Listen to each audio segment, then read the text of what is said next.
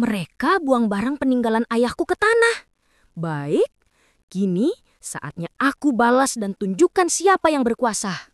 Assalamualaikum warahmatullahi wabarakatuh. Sahabat Santi Store yang dirahmati Allah, di balik setiap kisah pasti ada hikmah yang tersembunyi. Pelajaran yang bisa mengubah arah hidup kita.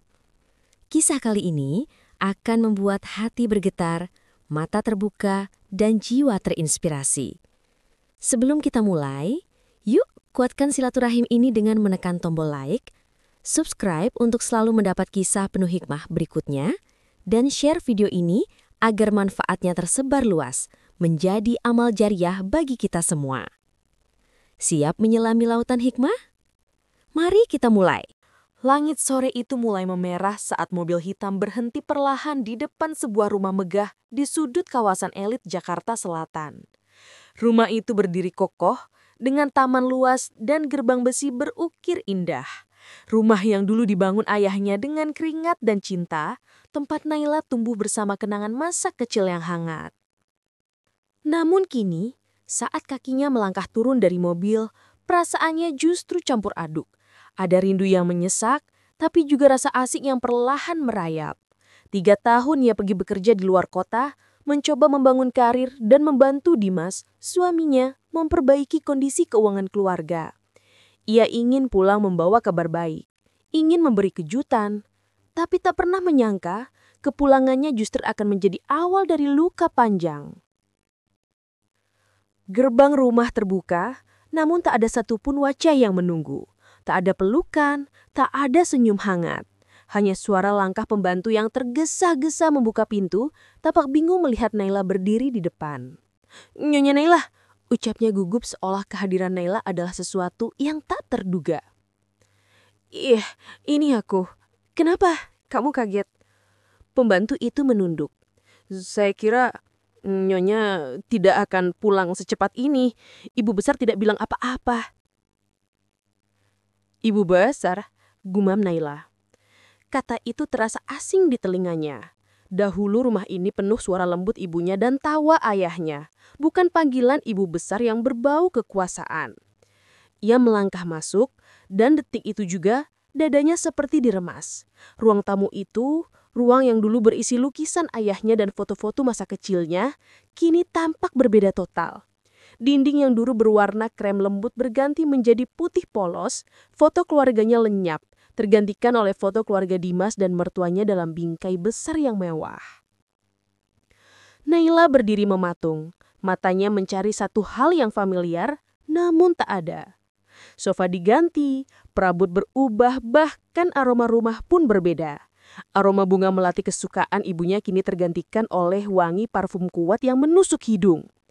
Ia melangkah pelan ke tengah ruangan, menatap sekeliling, mencoba menenangkan diri, tapi hatinya justru semakin nyeri. Dari arah tangga terdengar suara langkah dan tawa perempuan. Mertuanya Ibu Ratna turun perlahan dengan senyum yang menegaskan jarak. "Oh, kamu sudah pulang ya? Tadi saya kira pembantu salah lihat. Saya pikir kamu masih di Surabaya." "Iya Bu, saya memang sengaja nggak bilang mau kasih kejutan." "Wah, kejutan memang. Tapi ya kamu lihat sendiri, rumah ini banyak berubah. Dimas pikir lebih baik kalau suasananya diperbarui. Barang-barang lama milik almarhum ayahmu sudah kami pindahkan ke gudang. Rumah ini terlalu mewah untuk terlihat kuno." Kalimat itu menusuk pelan tapi tajam. Naila menahan nafas, berusaha tetap tersenyum meski dadanya terasa sesak. "Oh, begitu Bu. Tapi kenapa tidak bilang ke saya dulu Bu?" Ibu Ratna tersenyum samar namun dingin. "Kamu sibuk kan? Lagi pula rumah ini kan sekarang sudah jadi milik keluarga Dimas juga. Jadi wajar kalau kami ikut menata." Naila menunduk. Suaminya berdiri di ujung tangga menatap dari jauh. Tatapan itu hambar, tak ada rindu di sana. Ia menunggu Dimas turun, berharap lelaki itu menghampiri dan menyambutnya. Tapi yang datang justru Rani, adik Dimas yang melangkah sambil menatap Naila dari ujung kepala sampai kaki. Kan Naila pulang juga akhirnya, kirain udah betah kerja di luar kota. Tapi bagus juga sih, rumah ini sekarang lebih enak dilihat. Dulu banyak banget barang-barang jadul, nggak cocok buat rumah semewah ini, datanya dengan tawa sinis. Naila menatap Rani dengan mata berkaca, tapi ia memilih diam. Ia tak ingin memulai keributan. Bagus ya, sekarang sudah terasa modern, jawabnya pelan. Rani tersenyum puas, lalu berbalik sambil menepuk bahu Naila, seolah menepuk seorang tamu, bukan penghuni rumah. Naila berjalan ke ruang tengah, melihat piano tua milik ayahnya yang dulu ia mainkan setiap sore. Tak ada. Di tempat itu kini berdiri akuarium besar. Ia menggigit bibir menahan tangis. Dalam hati ia berkata lirih, "Ayah, rumah ini bukan seperti dulu lagi. Mereka ubah semuanya, seolah ayah tak pernah ada di sini." Malam tiba dengan hening yang mencekam. Dimas akhirnya menghampirinya di kamar. "Ya, kamu jangan kaget ya. Ibu cuma pengen rumah ini tampak lebih layak. Katanya biar kalau ada tamu nggak kelihatan kuno." Naila memandangi suaminya lama. Mencoba membaca wajah yang dulu penuh kasih, tapi kini terasa asing. "Dimas, ini rumah peninggalan ayahku. Setiap sudutnya punya kenangan. Aku nggak masalah kalau mau diperbaharui. Tapi kenapa tanpa bilang? Kenapa semua kenangan ayah dibuang begitu saja?" Dimas menghela nafas panjang. "Jangan baper, Naila. Sudahlah, jangan besar-besarkan masalah kecil." Naila menatapnya dengan mata berair. "Masalah kecil," katanya. Baginya, itu bukan soal barang, tapi tentang kenangan, tentang penghargaan terakhir pada orang yang sudah tiada. Setelah Dimas keluar kamar, Naila duduk di tepi ranjang. Ia memandang langit-langit kamar sambil menenggenggamkan kalung kecil pemberian ayahnya, satu hal yang masih tersisa. Di luar, suara tawa Rani dan mertua terdengar dari ruang tengah. Suara tawa yang membuat rumah ini terasa semakin asing. Dalam hati, Naila berbisik, "Kalau begini rasanya pulang, lebih baik aku tak usah pulang sama sekali. Tapi aku janji, aku akan temukan apa yang sebenarnya terjadi di rumah ini. Aku akan tahu kenapa semua berubah dan siapa yang membuat ayahku seolah dihapus dari sini." Ia menatap jendela yang terbuka sedikit. Angin malam berembus membawa wangi bunga melati samar, wangi yang dulu disukai ibunya. Sekilas ia seperti mendengar suara lembut dari masa lalu. "Nak, jangan biarkan siapapun merampas rumah ini darimu." Dan untuk pertama kalinya sejak tiba, air mata Naila mengalir tanpa bisa ia hentikan. Pagi datang tanpa sambutan hangat. Cahaya matahari menyelinap lewat jendela besar ruang makan, tapi tidak ada aroma kopi atau suara lembut ibunya seperti dulu. Yang terdengar hanyalah denting sendok, tawa kecil Rani, dan suara Ibu Ratna yang terdengar mengatur sesuatu dengan nada perintah. Naila turun perlahan dari tangga, berharap setidaknya ada satu ucapan selamat pagi atau sekedar senyum kecil dari seseorang di meja itu. Tapi yang ia dapat hanya tatapan sekilas, dingin dan datar, seolah kehadirannya di rumah itu mengganggu keseimbangan yang sudah mereka nikmati. "Duduk Naila, kita makan bareng," kata Dimas datar tanpa menatapnya. Nada suaminya terasa kaku, seperti sopan santun yang dipaksakan. Naila mencoba menenangkan diri, lalu menarik kursi dan duduk di ujung meja. Di hadapannya tersaji hidangan mewah, nasi goreng seafood, omelet keju, buah potong, tapi tak satu pun terasa menggugah selera. Matanya malah terpaku pada pajangan dinding di ruang makan, foto besar keluarga Dimas saat liburan ke luar negeri tanpa dirinya. Ia menelan ludah, mencoba menutupi luka kecil di hatinya. "Ibu, foto ini baru ya?" tanyanya lembut. "Oh iya, kita foto waktu Dimas dapat penghargaan proyek di Bali. Sayang kamu gak bisa ikut waktu itu. Kalaupun kamu ikut mungkin gak cocok sih. Acara itu cukup bergengsi, banyak orang penting hadir." Naila menatap meja, menahan perasaan yang mulai naik ke tenggorokan. Ia ingin menjawab, tapi memilih diam. Di rumah ini, setiap kata yang keluar dari mulutnya seperti selalu salah. Usai sarapan, Naila berjalan ke ruang keluarga. Ia ingin sekedar bernostalgia, melihat rak buku ayahnya yang dulu penuh dengan buku sejarah dan karya sastra. Tapi alangkah terkejutnya ia saat melihat rak buku itu sudah lenyat.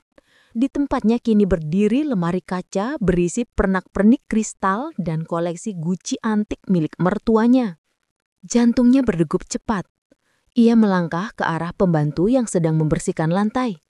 "Mbak, rak buku yang dulu di sini, kemana ya?" Pembantu itu terlihat gugup.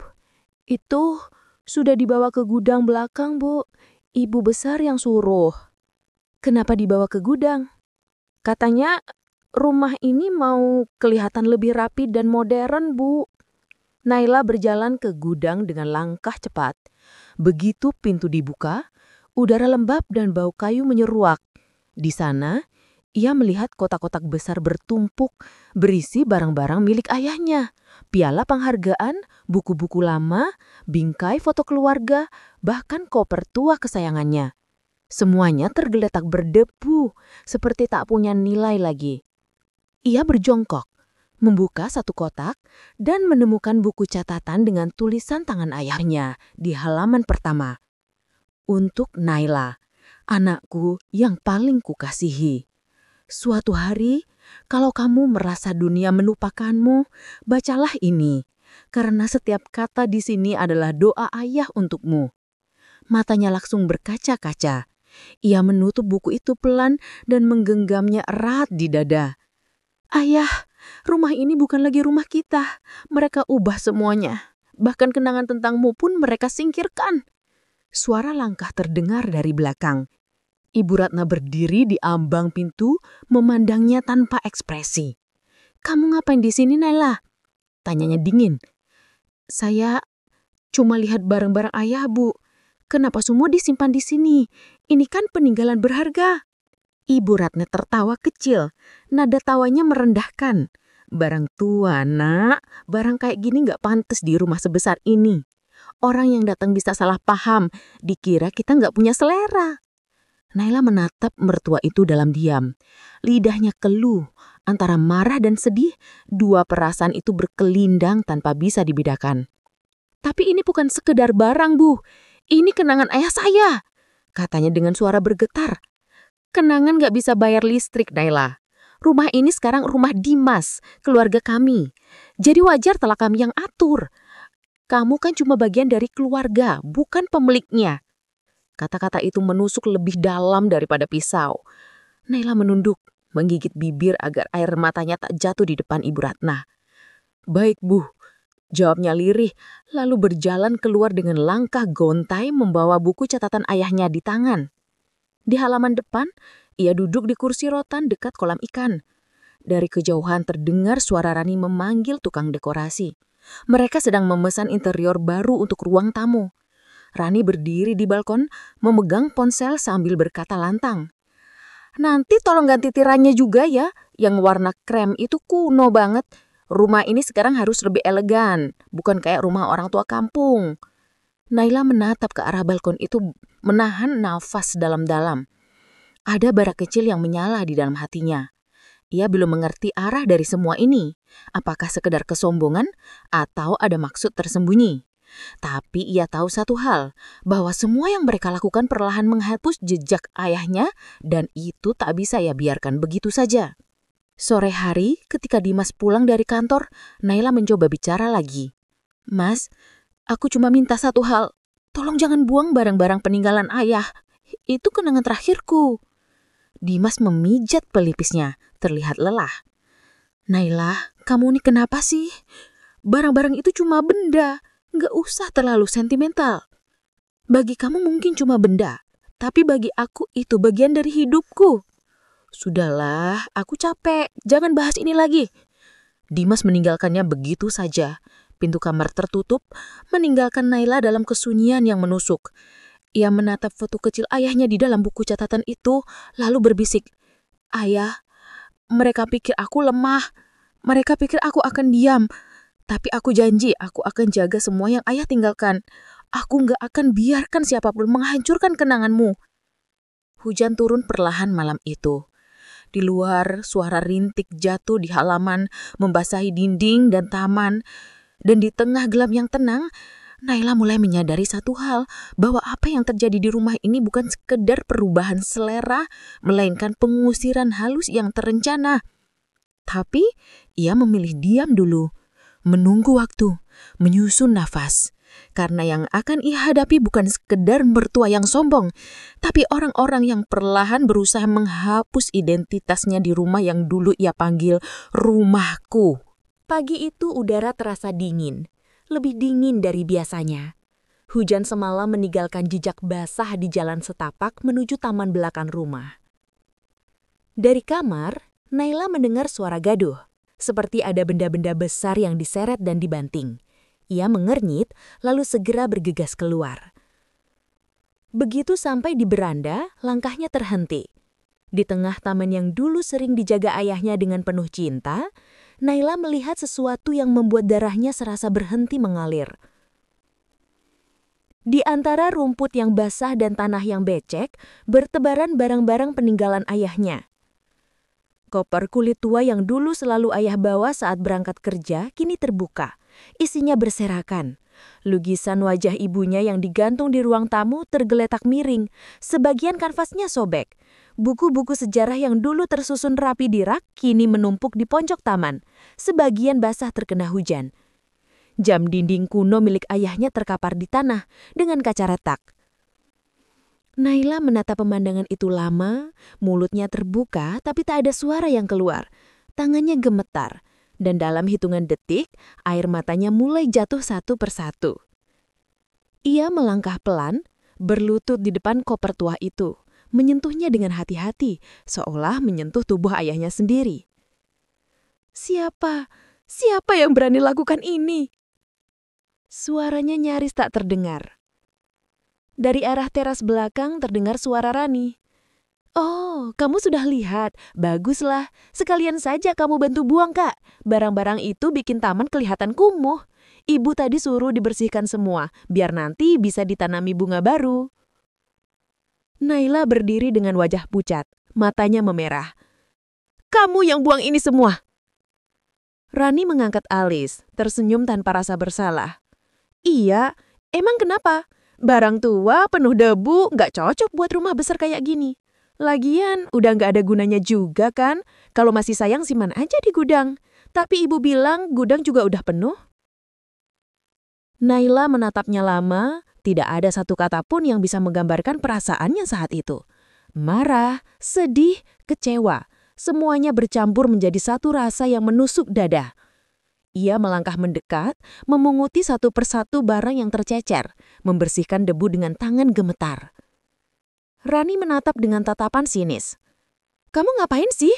Udah deh, barang rusak gini nggak usah disimpan." Naila menatapnya tajam. "Kamu nggak tahu artinya kenangan, Rani. Kamu nggak tahu apa rasanya kehilangan orang yang kamu sayang, lalu semua peninggalannya dibuang kayak sampah. Kenangan nggak bisa bikin rumah jadi mewah, Kak. Kita cuma berusaha bikin rumah ini lebih layak." Tanpa sadar, air mata Naila menetes deras. Ia menunduk, berusaha menenangkan diri, tapi tangannya tak berhenti menggenggam setiap benda peninggalan ayahnya yang berserakan. Buku yang sobek, bingai foto yang retak, semuanya dikumpulkannya sambil menahan perih di dada. Di tengah kesibukannya, Ibu Ratna muncul dengan wajah datar. "Naila, kamu jangan marah. Kami cuma membereskan barang-barang yang sudah tidak pantas disimpan di rumah. Kalau kamu mau ambil saja semuanya. Tapi jangan taruh lagi di dalam. Rumah ini harus terlihat bersih dan modern." Naila berdiri pelahaan, menatap mertuanya dengan mata berkaca. "Bu, semua ini bukan sekedar barang. Ini kenangan ayah saya. Lukisan itu, buku-buku itu. Beliau yang simpan satu persatu dengan tangannya sendiri." Ibu Ratna menghela nafas, lalu berkata datar. "Ayahmu orang baik, Naila, tapi sudah meninggal. Dan kita yang hidup harus menyesuaikan zaman. Jangan terlalu melekat pada masa lalu. Lagi pula, rumah ini sekarang tanggung jawab Dimas, bukan kamu seorang." Kata-kata itu seperti petir di siang bolong. Naila menatap tanah di bawahnya. Rumah ini dulu dibangun ayahnya dari hasil kerja keras bertahun-tahun, bukan hasil warisan atau hadiah siapapun. Tapi sekarang, semua bicara seolah rumah ini milik keluarga suaminya. Ia menarik nafas panjang, mencoba menelan kenyataan pahit itu. "Jadi, kalau begitu, boleh saya tahu siapa yang kasih izin untuk memindahkan semua barang ini?" Dimas tentu saja, jawab Ibu Ratna ringan. Dia setuju kok, katanya kamu juga pasti paham. Dunia Naila seketika runtuh.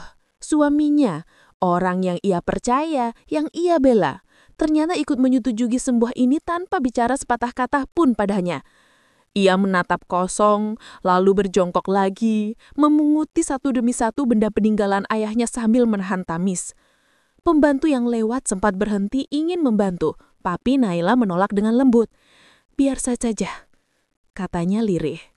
Tangannya kotor oleh tanah, bajunya basah, tapi ia terus memunguti semua barang itu seolah sedang mengumpulkan potongan birinya yang ikut hancur.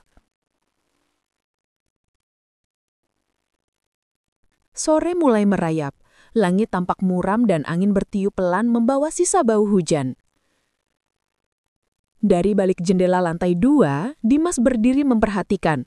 Wajahnya terlihat ragu, tapi ia tak bergerak turun, hanya berdiri diam saja, seolah lebih memilih jadi penonton daripada pelindung. Saat semua barang terkumpul di pelukannya, Naila menatap rumah besar itu. Rumah yang dulu ia banggakan, yang dulu terasa hangat, kini terasa seperti tempat asing yang menelannya perlahan. Ia menarik nafas dalam-dalam dan berbisik pada dirinya sendiri.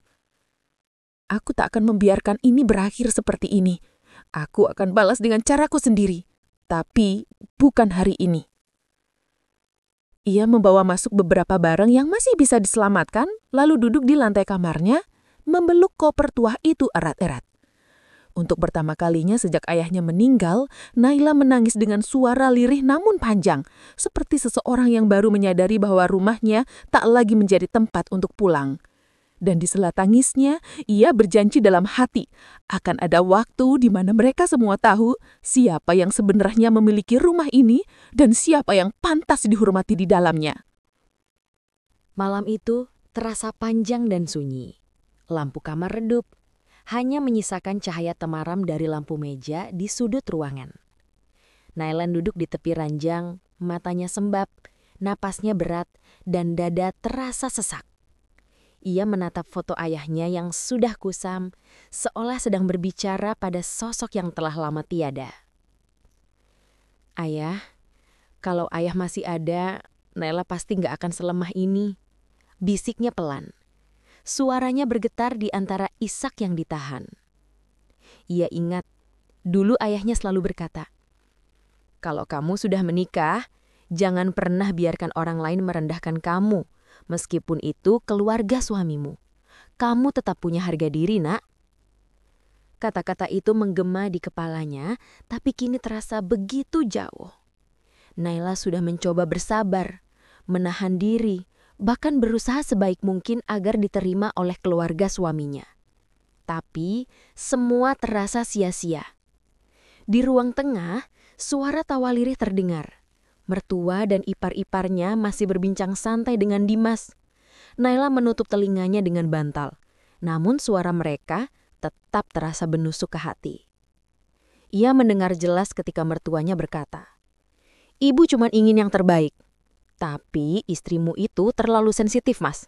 Belum pantas jadi menantu keluarga ini." Kalimat itu membuat air mata Naila kembali jatuh. Ia menggigit bibirnya kuat-kuat, menahan perih di dada yang semakin berat. Dalam pikirannya, satu pertanyaan berputar-putar tanpa henti. Kenapa Dimas diam? Kenapa dia tidak pernah membelaku, bahkan saat aku benar? Ketika akhirnya Dimas masuk kamar, waktu sudah hampir tengah malam. Ia tampak lelah, wajahnya datar, seolah tidak terjadi apa-apa. "Naila, kamu masih nangis?" tanyanya datar. Naila tidak menjawab, ia hanya menatap suaminya dengan mata bengkak penuh kekecewaan.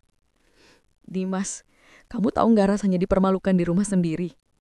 Aku bukan orang luar, aku istrimu," ucap Naila dengan suara pelan namun tegas. Dimas menarik napas panjang, lalu duduk di tepi ranjang. "Aku capek, Naila. Aku kerja seharian, pulang malah disuguhi masalah lagi. Bisa nggak kamu berhenti bawa-bawa perasaan?"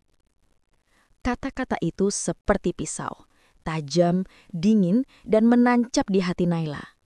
Ia tidak menjawab, hanya diam, Tapi dalam diam itu ada badai yang bergemuruh. Malam itu mereka tidur tanpa saling berbicara. Dimas memunggunginya, sementara Naila menatap langit-langit kamar dengan mata terbuka. Angin malam masuk lewat jendela yang sedikit terbuka, membawa aroma hujan yang baru turun. Di luar, hujan menetes pelan ke atap seng, menimbulkan bunyi ritmis yang menambah kesedihan malam itu.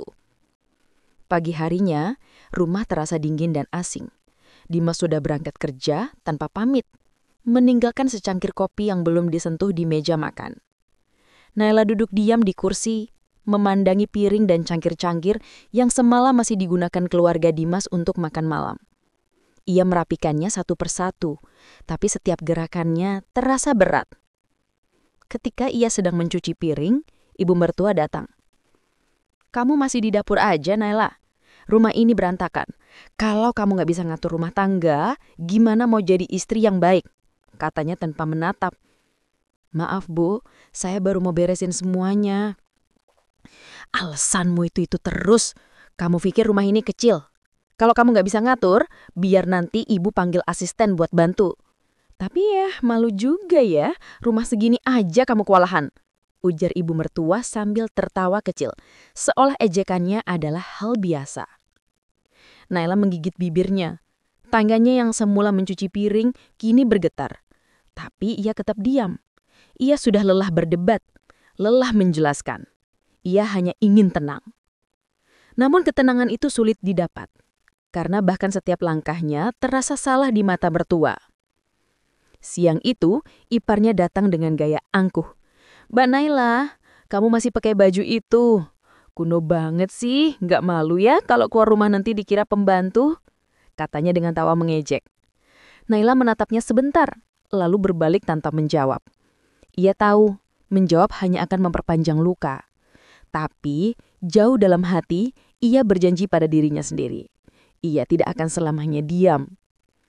Malam itu, saat semua sudah tidur, Naila duduk di balkon rumah sendirian. Angin malam menyentuh wajahnya yang dingin dan basah oleh air mata. Ia menatap langit yang kelabu, memeluk dirinya sendiri. "Kalau bukan karena cinta, aku sudah pergi dari rumah ini," gumamnya lirih. Ia masih berharap suatu hari Dimas akan berubah, bahwa suaminya akan menyadari betapa besar luka yang ia tahan. Tapi entah kenapa, di hatinya mulai tumbuh keyakinan baru, bahwa cinta yang tidak dibela lama-lama akan mati. Dan malam itu, untuk pertama kalinya, Naila benar-benar merasa sendirian, bahkan di rumahnya sendiri. Pagi itu, matahari baru saja naik, tapi rumah sudah ramai oleh suara tawa Rani dan ibunya. Mereka duduk di ruang tamu dengan pakaian rapi, seolah sedang menerima tamu penting. Naila yang baru keluar dari dapur dengan celemek dan tangan masih basah karena mencuci piring, berhenti di ambang pintu. Ia memandangi suasana itu dengan perasaan yang sulit dijelaskan, antara jengkel, sedih, dan tidak percaya. Di atas meja tamu, tampak map-map berwarna coklat terbuka. Rani sedang menulis sesuatu sambil berbicara pada seorang pria berjas rapi. Naila mendengar samar-samar kata-kata sertifikat, pembagian, dan tanda tangan. Ia melangkah pelan, mencoba menangkap lebih jelas. Namun sebelum sempat mendekat, suara mertuanya terdengar tajam. "Naila, kamu di situ saja. Ini urusan orang tua, bukan urusanmu." Naila berhenti. Ia memandangi wajah mertuanya yang dingin, kemudian menatap Rani yang tersenyum miring. "Bu, itu lahan di belakang rumah kan atas nama almarhum ayah saya. Kenapa saya tidak boleh tahu pembahasannya?" Suaranya pelan tapi tegas. Mertuanya menghela napas panjang, kemudian menatap Naila dari atas ke bawah. "Memang benar itu warisan dari ayahmu, tapi kamu kan sekarang sudah menikah. Jadi otomatis masuk ke tanggung jawab keluarga Dimas. Kami cuma mau bantu urus biar nggak ribet." "Bantu urus?" ulang Naila dengan mata melebar. Atau justru mau jual tanpa izin saya? Rani terkekeh menatap Naila seolah menertawakan keberaniannya. Aduh, Mbak Naila, kamu tuh jangan gampang curiga. Kita kan satu keluarga. Lagian tanah itu kan kosong. Sayang kalau gak dimanfaatkan. Tapi itu bukan alasan buat menjual tanpa sepengetahuan saya, balas Naila dengan nada gemetar. Ia menatap map di meja, mencoba melihat dokumen di dalamnya. Namun seketika, Rani menutup map itu dengan cepat. Nggak sopan, Mbak. Jangan asal buka dokumen orang tanpa izin, katanya sambil tersenyum sinis. Mertua Naila bangkit dari sofa mendekatinya dengan langkah pelan, namun penuh tekanan. Sudah, Naila, kamu urus saja dapur, jangan ikut campur. Kami tahu apa yang terbaik buat rumah ini. Kata-kata itu terasa seperti tamparan. Naila berdiri terpaku, tenggorokannya kering. Ia ingin bicara, tapi suaranya tertelan oleh rasa kecewa yang begitu dalam. Ia melangkah mundur kembali ke dapur, namun air matanya jatuh satu persatu tanpa bisa ditahan. Sore itu Dimas pulang kerja. Naila langsung menghampirinya, mencoba menjelaskan semuanya dengan suara bergetar. Mas, mereka mau jual lahan di belakang rumah tanpa bilang ke aku. Padahal tanah itu masih atas nama ayah. Aku gak ngerti kenapa kamu bisa diem aja. Sayang, aku udah tahu. Aku yang kasih izin. Kamu kasih izin? Suaranya hampir berbisik. Iya, soalnya mereka butuh dana buat renovasi rumah depan. Ibu bilang itu buat kita juga, jadi ya aku setuju aja. Naila mendekat, menatap suaminya yang kini tampak menghindari pandangannya. Mas, itu bukan tanah keluarga kamu. Itu tanah yang ayah wariskan buat aku. Kamu sadar nggak kamu barusan menyerahkan sesuatu yang bukan milikmu? Dimas terdiam beberapa saat, lalu berdiri dengan nada mulai meninggi. Kenapa sih kamu selalu nyalahin keluargaku? Aku cuma mau bantu mereka. Jangan bikin masalah besar dari hal sepele. Hal sepele? Naila tertawa miris. Air matanya jatuh lagi. Bagi kamu mungkin sepele, tapi bagi aku itu satu-satunya peninggalan ayah. Kamu tahu gak seberapa berharganya tanah itu buat aku? Dimas tidak menjawab. Ia hanya memijit pelipisnya, lalu melangkah pergi menuju kamar, meninggalkan Naila yang berdiri di tengah ruang tamu dengan tubuh gemetar. Malamnya, Naila duduk di halaman belakang rumah, tempat yang kini akan mereka jual. Tanah itu masih sama seperti dulu, dengan pohon mangga yang ditanam ayahnya waktu ia kecil. Ia mengusap batang pohon itu lalu memejamkan mata. Dalam diam, ia mengingat masa kecilnya. Saat ayahnya tertawa bahagia karena pohon itu akhirnya berbuah pertama kali. Air matanya jatuh tanpa suara. Maaf ya, Naila gak bisa jaga amanah ayah. Dari dalam rumah, ia mendengar suara tawa Rani dan ibunya. Tawa itu terdengar seperti ejekan, seperti pengingat bahwa perlahan rumah itu bukan lagi miliknya. Ia tidak tahu harus mulai dari mana, tapi di hatinya mulai tumbuh tekad yang baru. Ia tidak akan diam lagi. Untuk pertama kalinya, Naila berjanji pada dirinya sendiri bahwa ia akan melawan, bukan dengan amarah, tapi dengan cara yang membuat mereka menyesal telah meremehkannya. Malam itu hujan turun deras mengguyur halaman belakang rumah. Angin membawa aroma tanah basah yang seolah menyatu dengan perasaan Naila yang sedang berantakan. Ia duduk di lantai ruang kerja kecil, di sudut rumah. Tempat yang dulu sering digunakan ayahnya untuk membaca koran atau menulis catatan keuangan keluarga. Semuanya masih terasa sama. Bau kayu jati, rak buku tua, bahkan suara tetes air dari atap bocor di sudut ruangan. Dalam kesunyian itu, matanya tertuju pada lemari besi tua di bawah meja. Lemari itu sudah berkarat di beberapa sisi, namun kuncinya masih tergantung di tempat yang sama seperti dulu. Naila menatap lama benda itu, seolah ada sesuatu di dalamnya yang memanggilnya. Tangannya bergetar saat memutar kunci. Suara logam bergesekan membuat jantungnya berdetak lebih cepat. Ketika pintu lemari terbuka, ia melihat tumpukan dokumen lama, amplop berwarna coklat, dan beberapa foto keluarga yang sudah mulai pudar warnanya. Di antara tumpukan itu, satu map biru menarik perhatiannya. Map itu bertuliskan dengan spidol hitam. Untuk Naila. Nafasnya tertahan. Ia menarik map itu perlahan, membuka dengan hati-hati. Di dalamnya terdapat surat tulisan tangan ayahnya dan beberapa dokumen resmi. Hurufnya rapi, khas tulisan tangan ayahnya yang selalu tegas dan berwibawa. Dengan mata yang mulai berkaca-kaca, Naila membaca setiap barisnya dengan suara lirih. Nak, jika suatu hari kau merasa sendirian di rumah ini, ingatlah satu hal. Rumah ini kubangun bukan dari uang, tapi dari cinta dan keringat. Aku ingin kau menjaganya seperti kau menjaga harga dirimu. Jangan biarkan siapapun merendahkanmu di tempat ini. Karena setiap bata di dinding ini adalah doa untuk kebahagiaanmu. Tetesan air matanya jatuh membasahi tulisan itu. Naila menutup mulutnya, menahan tangis yang sudah tak bisa lagi disembunyikan. Surat itu terasa seperti suara ayahnya yang kembali berbicara dari masa lalu, menegurnya dengan lembut agar tidak menyerah. Ia melanjutkan membaca dan menemukan beberapa dokumen lainnya, sertifikat rumah, surat tanah, dan bukti kepemilikan atas nama Naila Bintarto, bukan atas nama keluarga Dimas. Semuanya sah secara hukum. Naila tertegun lama. Tubuhnya bergetar antara rasa syok dan haru.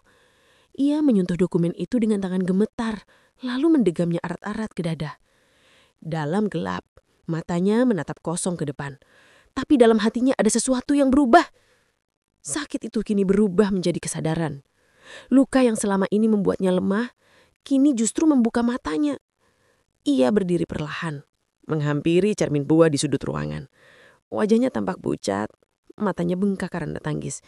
Namun di balik itu, ada sesuatu yang baru. Ketegasan. Terima kasih, Ayah. Aku janji, aku akan jaga semuanya. Aku gak akan biarkan siapapun menginjak harga diriku lagi. Malam itu, Naila duduk di meja kerja, menyalakan lampu kecil, dan mulai menulis sesuatu di buku catatan kosong. Ia menuliskan rencana, bukan untuk membalas dendam dengan kebencian, tapi untuk merebut kembali kendali atas hidupnya. Ia mencatat nama-nama notaris, nomor sertifikat, dan semua hal yang perlu ia siapkan. Satu persatu kenangan masa kecilnya terlintas. Saat ayahnya mengajarinya menggambar dena rumah di atas kertas, ketika mereka menanam pohon mangga di halaman belakang, hingga malam-malam ketika ayahnya duduk di teras sambil berkata, "Kelak rumah ini akan jadi pelindungmu, Nak, bukan penjara." Kata-kata itu kini menggema kuat di telinganya. Ia menatap jendela yang dipenuhi hujan, lalu berbisik pada dirinya sendiri. Kalau ayah masih hidup, pasti beliau marah lihat mereka memperlakukan aku begini. Tapi aku tahu, ayah gak mau aku menangis. Ayah pasti mau aku berdiri. Tangisnya pecah lagi, tapi kali ini berbeda. Tangis itu bukan kelemahan, melainkan pelepasan. Beberapa jam kemudian, hujan berhenti. Angin malam membawa hawa dingin, namun di dada Naila ada bara kecil yang mulai menyala. Ia menatap kembali surat wasiat itu, mengelus tanda tangan ayahnya di bawah tulisan terakhir. Ayah mencintaimu, selalu. Dengan mata yang masih basah, Naila menutup map itu rapat-rapat, lalu memasukkannya ke dalam tas. Ia tahu apa yang harus dilakukan. Esok pagi, langkah pertama akan dimulai. Namun sebelum itu, ia menatap ruangan di sekelilingnya dan berbisik, "Ayah, doakan aku ya. Akan kuperjuangkan semuanya. Dengan caraku."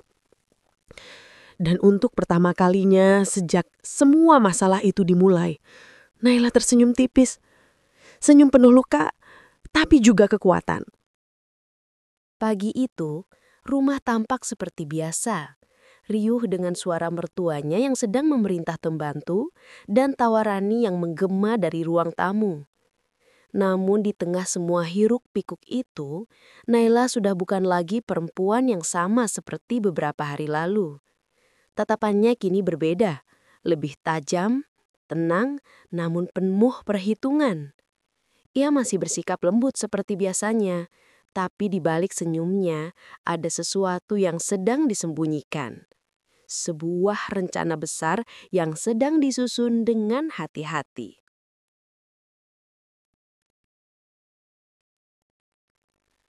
Setelah semua orang sibuk dengan urusannya masing-masing, Naila masuk ke ruang kerjanya.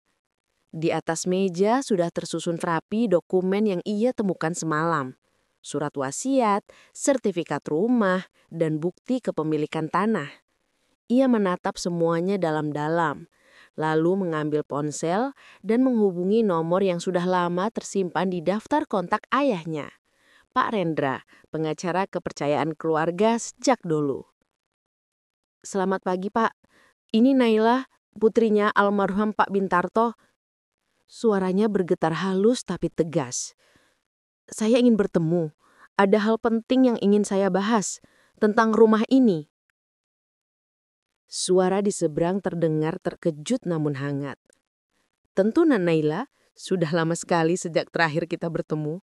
Datanglah ke kantor saya besok pagi. Kita bicarakan baik-baik." Setelah menutup telepon, Naila menghela napas panjang. Untuk pertama kalinya setelah sekian lama, ia merasa punya arah.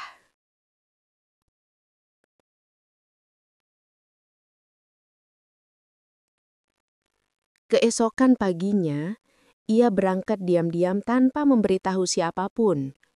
Ia memakai pakaian sederhana, membawa tas berisi semua dokumen peninggalan ayahnya. Di perjalanan, pikirannya terus berputar tentang bagaimana ia bisa begitu mudah dipermainkan selama ini, tentang betapa dalam luka yang ditinggalkan Dimas dan keluarganya. Tapi kini, rasa sakit itu berubah menjadi kekuatan. Kantor Kak Rendra masih sama seperti dulu. Dinding berwarna krem, rak penuh dengan buku hukum, dan aroma kopi hitam yang kuat.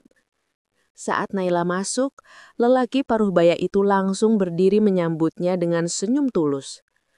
"Masya Allah, kamu sudah besar sekali, Naila. Wajahmu mirip sekali dengan almarhum ayahmu." Naila menunduk sopan, menahan haru yang tiba-tiba menyergap. "Terima kasih, Pak. Saya datang karena butuh bantuan. Saya ingin tahu kebenaran tentang rumah peninggalan ayah."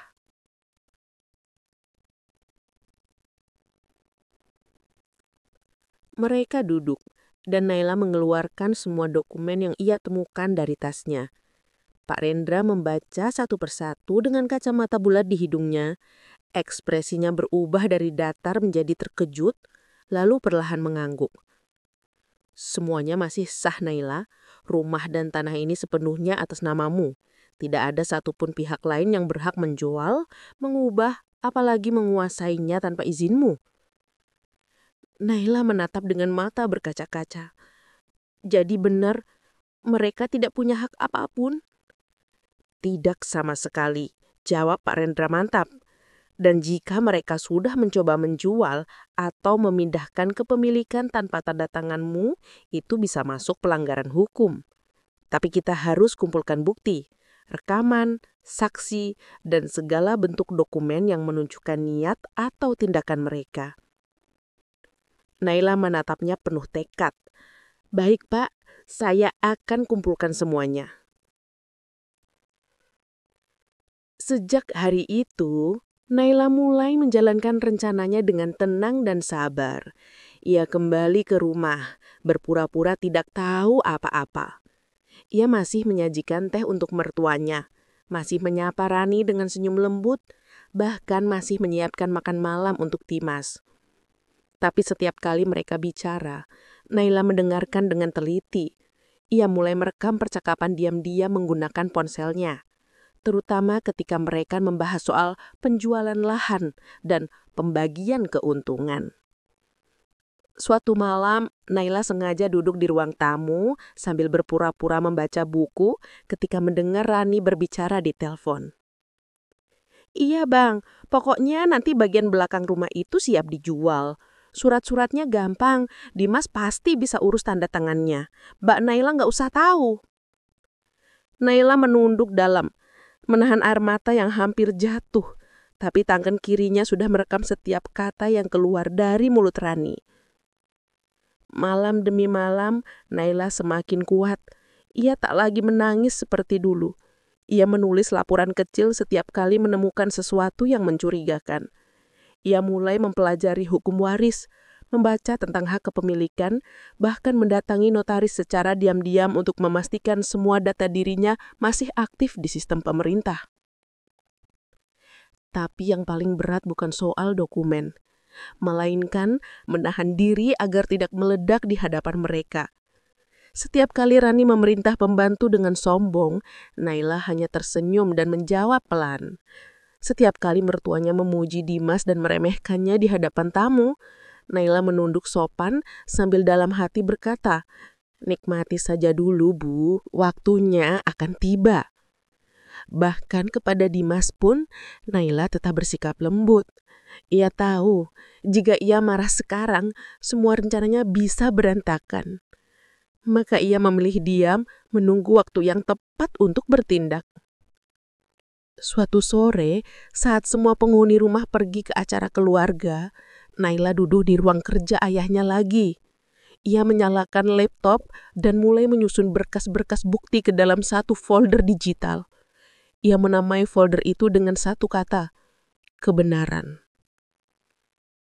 Ia menatap layar dengan tatapan kosong namun penuh makna. Sabar Naila. Ayah dulu selalu bilang, kekuatan terbesar bukan di tangan orang yang berteriak paling keras, tapi di hati orang yang paling tenang. Dan malam itu, ketika seluruh rumah sudah sunyi, Naila menatap langit dari jendela kamarnya. Angin malam berhembus lembut, seolah ikut menemaninya. Dalam hati, ia tahu langkahnya baru saja mulai. Rencana balasan itu bukan sekedar pembalasan dendam, tapi bentuk penghormatan terakhir kepada ayahnya, kepada dirinya sendiri, dan kepada harga diri yang selama ini diinjak tanpa belas kasihan. Dimas mulai memperhatikan perubahan sikap Naila dengan kegelisahan yang sulit ia sembunyikan. Istrinya yang biasanya mudah tersulut emosi, kini begitu tenang, bahkan terlalu tenang untuk ukuran seseorang yang baru saja dihina dan dipermalukan oleh keluarganya sendiri. Ia tak lagi menuntut penjelasan, tak lagi menangis atau membela diri. Naila seperti berubah menjadi sosok lain, dingin, diam, tapi memancarkan kekuatan yang membuat Dimas gugup setiap kali menatap matanya. Pagi itu, saat Dimas bersiap berangkat kerja, Naila hanya duduk di ruang makan, menatap jendela dengan segelas teh yang sudah dingin. "Kenapa kamu diam saja belakangan ini?" tanya Dimas dengan nada ragu. Naila menoleh perlahan, menatap suaminya tanpa senyum. "Aku hanya sedang belajar kembali siapa diriku sebenarnya." Kalimat itu terdengar sederhana, tapi menusuk tajam ke hati Dimas. Ia tak tahu mengapa kata-kata itu membuat tenggorokannya terasa kering.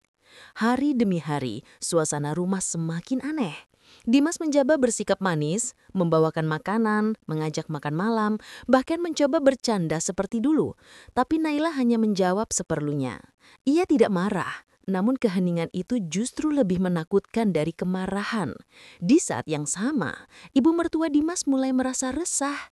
Ada bisikan yang sampai ke telinganya dari seorang tetangga bahwa Naila terlihat keluar dari kantor pengacara ternama di pusat kota. Berita itu langsung membuatnya panik. Ia tahu ada sesuatu yang sedang direncanakan menantunya itu, sesuatu yang bisa membalik keadaan. Sore itu, Dimas menerima telepon dari ibunya. "Dim, kamu tahu mak, istrimu itu pergi ke kantor pengacara. Jangan bilang dia mau tuntut kita ya. Ya Tuhan, ini bisa gawat." Suara ibunya panik. Dimas berusaha menenangkan meski dalam hatinya sendiri. Ia mulai takut. Ibu jangan berpikiran macam-macam dulu. Mungkin dia cuma urus sesuatu. Urus sesuatu apaan? Kamu pikir ibu nggak tahu? Ibu lihat sendiri kemarin dia buka-buka map di ruang tamu. Kayak berkas penting. Jangan-jangan itu soal rumah. Dimas terdiam lama. Rumah. Kata itu membuat jantungnya berdegup lebih cepat. Ia tahu betul, rumah yang kini mereka tempati dulunya milik almarhum ayah Naila. Tapi setelah pernikahan, semua urusan administrasi rumah diserahkan begitu saja kepadanya. Atau setidaknya begitu yang ia pikir. Namun kini, jika benar Naila menemukan sesuatu, jika benar rumah itu atas nama Naila sepenuhnya, maka semua yang mereka banggakan selama ini bisa berbalik menghantam dirinya dan keluarganya sendiri. Malamnya, Dimas mencoba memancing informasi. Ia menghampiri Naila yang sedang membaca di ruang tamu. "Kamu sibuk banget akhir-akhir ini, sering keluar juga. Lagi urus apa?" Naila menutup bukunya pelan, menatap suaminya dengan mata lembut namun dalam. "Aku hanya sedang belajar kembali siapa diriku sebenarnya." Kalimat itu terdengar sederhana, tapi menusuk tajam ke hati Dimas.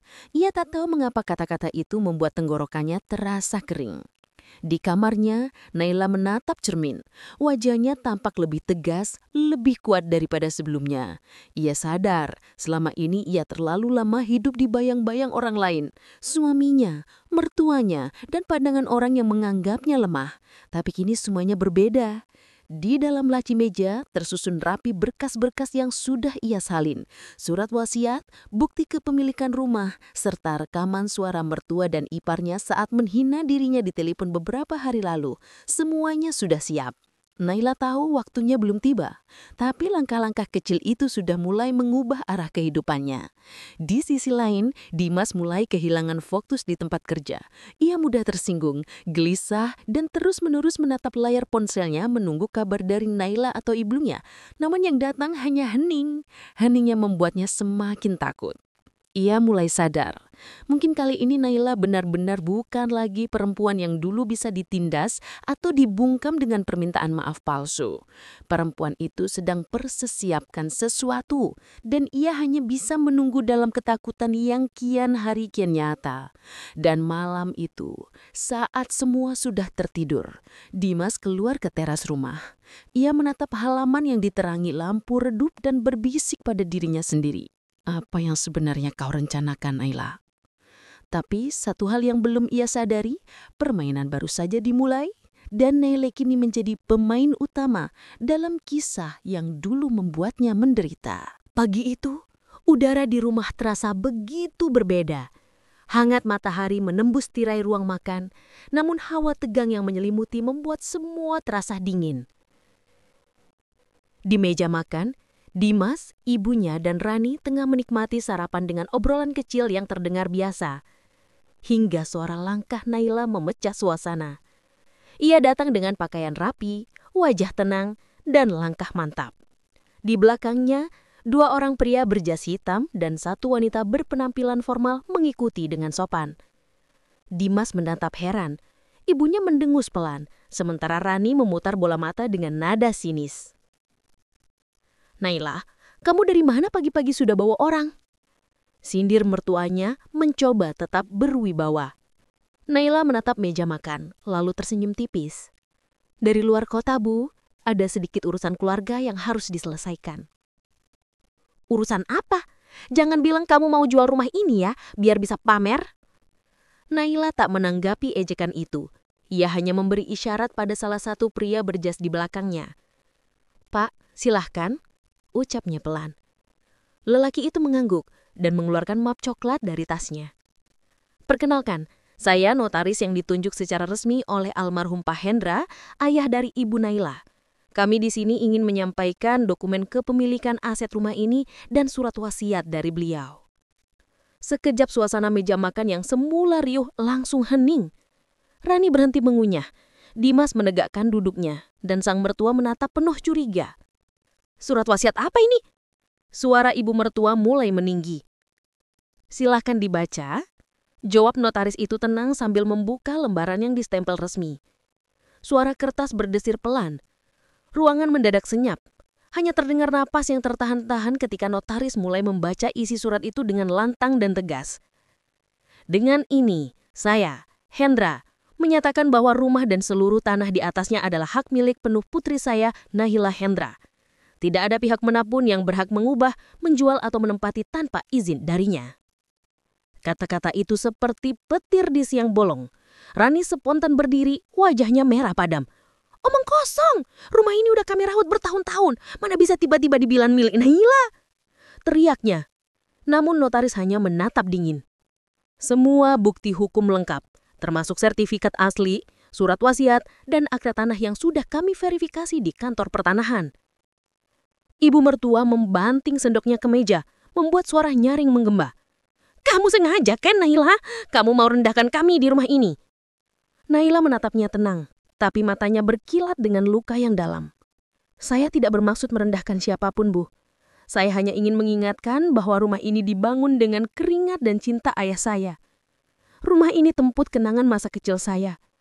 Tapi entah kenapa selama ini saya justru merasa seperti tamu yang tidak diinginkan di sini. Dimas yang sejak tadi diam menunduk, kini perlahan menatap Nahila. Ada rasa bersalah di matanya. Ia ingin bicara, namun tak ada kata yang keluar. Rani melangkah maju, menuding tajam. Kamu pikir dengan surat itu kamu bisa usir kami seenaknya? Jangan mimpi, Nahila.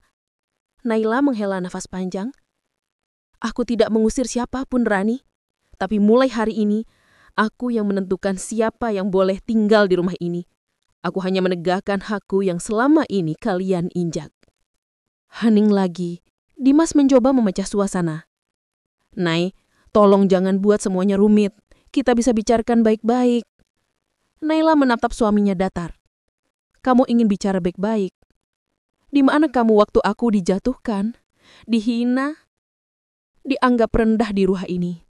Waktu aku menangis di kamar sendirian, kamu bahkan tak menoleh. Tapi sekarang, setelah kebenaran muncul, baru kamu ingin bicara. Kata-kata itu menghantam dada Dimas. Ia menunduk, tak mampu membalas. Sementara itu ibunya tampak pucat pasi. Tangannya bergetar menahan marah yang bercampur panik. Notaris menyerahkan salinan dokumen ke Nahila dan satu lagi ke Dimas. Segala perubahan kepemilikan sudah kami catat dan sah di mata hukum. Tidak ada yang bisa membantah kecuali melalui jalur resmi. Setelah mereka berpamitan, ruangan kembali hening. Tak ada yang berani menatap Nahila. Hanya terdengar detak jam dinding yang berputar lambat. Nahila berdiri pelan memandang seluruh wajah di hadapannya. Aku tidak akan membalas dengan kata-kata, karena kalian sudah cukup tahu bagaimana rasanya dipermalukan. Ini baru awal, dan aku tidak akan berhenti sampai semua kebohongan yang kalian sembunyikan terbongkar. Ia melangkah pergi meninggalkan ruang makan, sementara di belakangnya suara sendok jatuh ke lantai terdengar nyaring.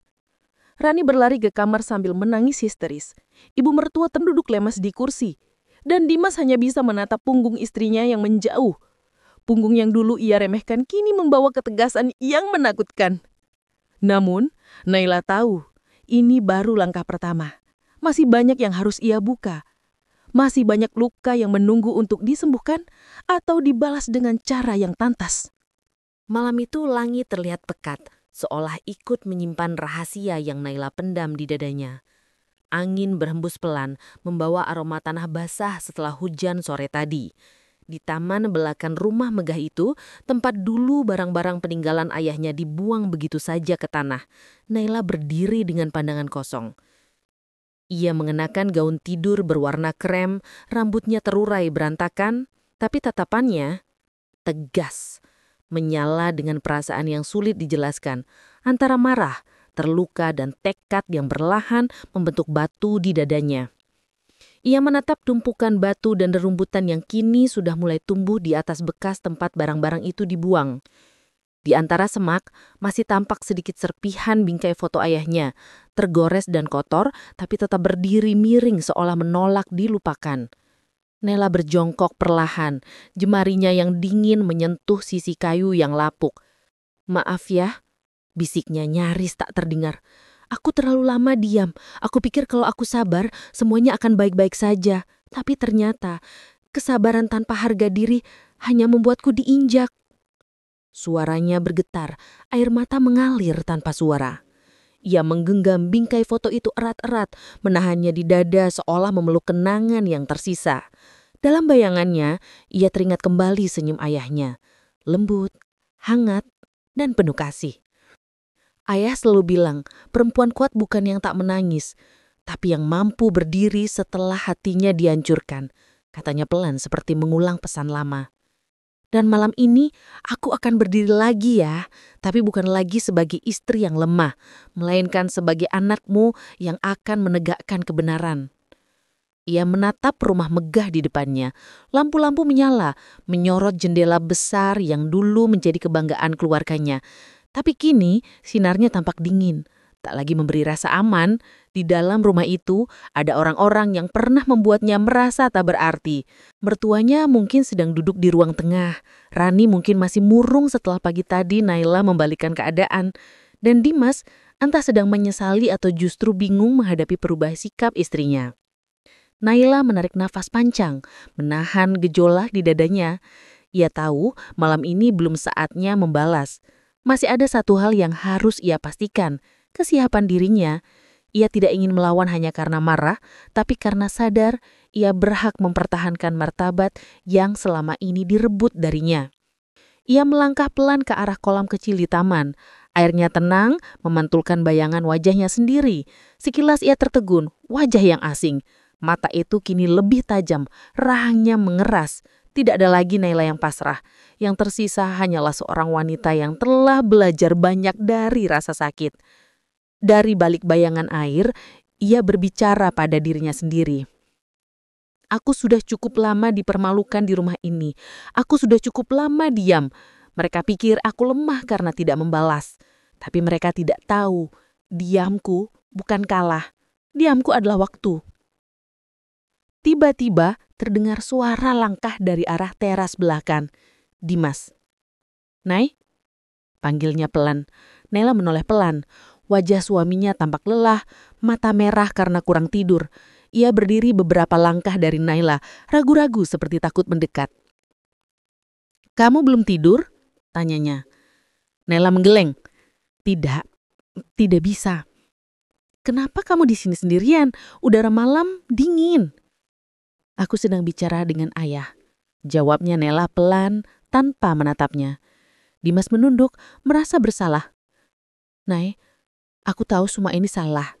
Aku tahu aku seharusnya ada di pihakmu sejak awal, tapi kamu memilih diam," potong Naila tanpa mengangkat wajahnya.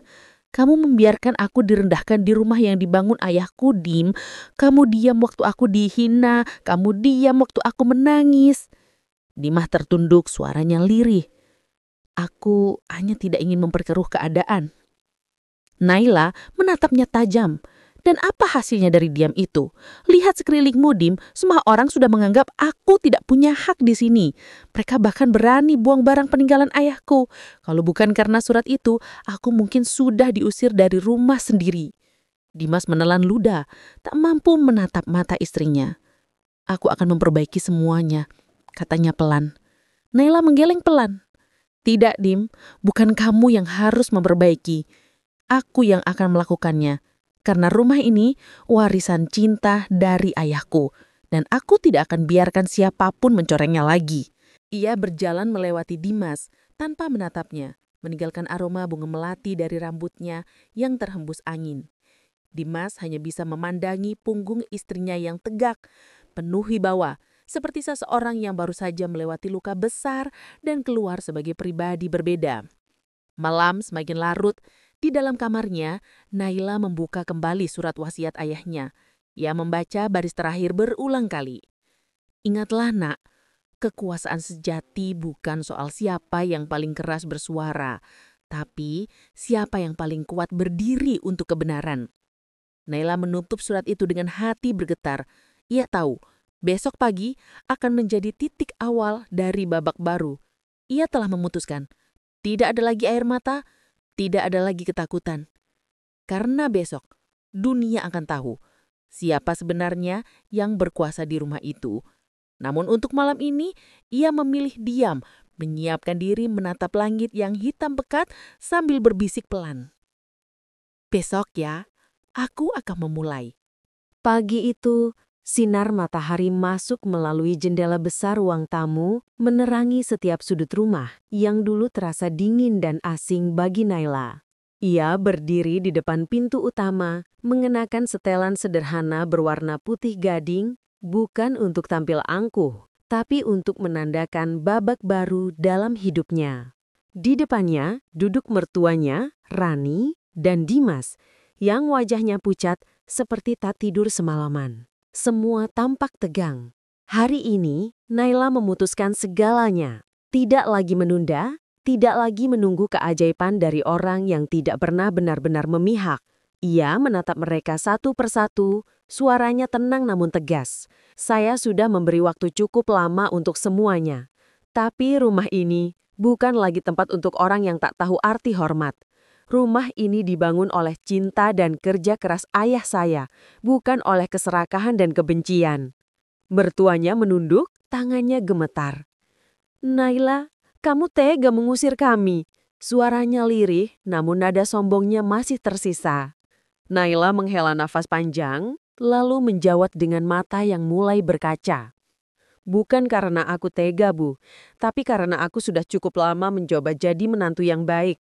Aku sudah berusaha memahami, menahan, dan memaafkan. Tapi setiap kebaikan yang aku berikan, justru kalian balas dengan penghinaan. Dan hari ini, aku memilih menghormati diriku sendiri.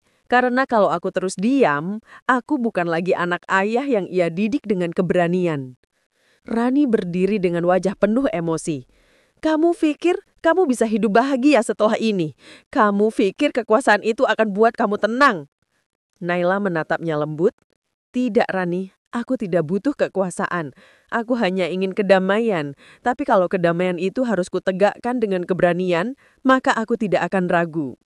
Ia menyerahkan sebuah amplop kepada mereka berdua. Di dalamnya terdapat surat keputusan hukum atas nama Naila Hendra, pemilik tunggal rumah beserta asetnya. Tak ada lagi celah untuk menggugat.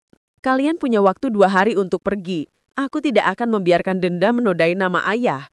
Pergilah dengan tenang. Aku sudah cukup disakiti untuk seumur hidup. Mertuanya menangis tertahan, sementara Rani berjalan pergi dengan langkah cepat, membanting pintu kamar. Dimas hanya diam, menatap lantai. Nay, suaranya hampir bergetar.